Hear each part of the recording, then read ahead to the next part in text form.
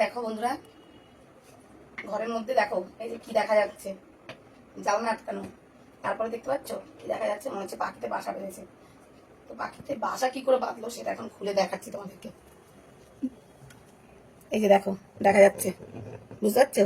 এখানে একটা জাল জাল হয়ে রয়েছে। তোমাদেরকে এখন সারপ্রাইজ দেবো যে এটা কি।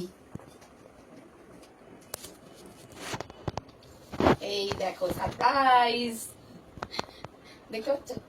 তোমাদের কাদের কাদের বাড়িতে এখন সারপ্রাইজ পাওয়া যায়?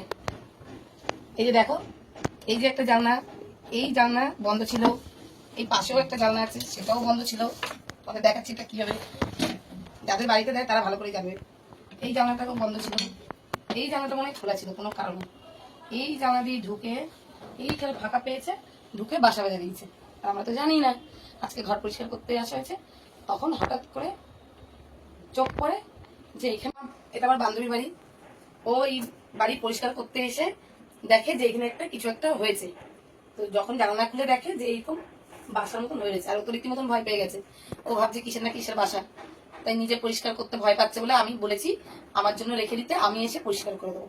তাই এই যে আমি সাহসী মানুষ, এখন একে আমি পরিষ্কার করবো, কারণ বান্ধবী তো ভয়ে খুব বোকা, ভাবছে কিসের না কিসের বাসা, যদি কামড়ে দেয় কিছুতে। এখন এর মধ্যে কিছু নেই, পাখি বাসা বেঁধে বাচ্চা মানে বড়ও হয়ে গেছে। এখন এটাকে ভাঙতে অসুবিধা নেই। ডিম থাকলে এটাকে আমি তুলে ছাদের কোনায় রেখে আসতাম। তো এর মধ্যে কোনো ডিম টিম নেই বলে এখন আমি এটাকে একটু ভেঙেই দেবো। তোমাদেরও কার কার বাড়িতে কোনো সারপ্রাইজ পাওয়া যায় অবশ্যই জানাবে। কি করবো, এগুলোকে বাইরে ফেলবো না ঘরে টেনে নেবো? বাইরে ফেলে দে। বাইরে তো লোকে চলবে না। একটা কাজ কর, এই যে একটা প্লাস্টিক দে, হ্যাঁ। এই প্লাস্টিকটা মতো ঢুকে নি। আমি এটাকে হাত দিয়েই নিই, কারণ হাত ছাড়া হবে না। দেখো কত সম্পত্তি গুছিয়েছে পাখিকে, কত সম্পত্তি।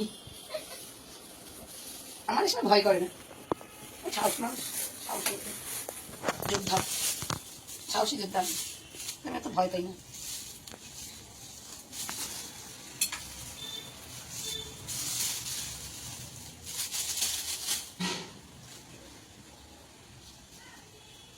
তোমাদের যাদের যাদের বাড়িতে এরকম জানলা আছে, প্লাস এরকম জানলা ঠিকঠাক ভাবে যদি না আছে, তাহলে তোমরা হয়তো এরকম মাঝে মাঝে সারপ্রাইজ পাও, যেটা আমার বান্ধবী পেয়েছে।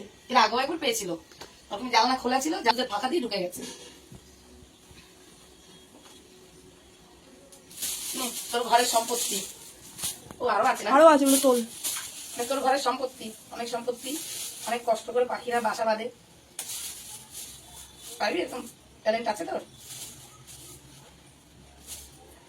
কত সুন্দর বাসাটা বেঁধেছে, কোথা দিয়ে টুকরো টুকরো গাছপালা, ডালপালা, ঝাঁটা কাটি, আর কত কিছু পাতা, কত কিছু দিয়ে একটা বাসা তৈরি করেছে।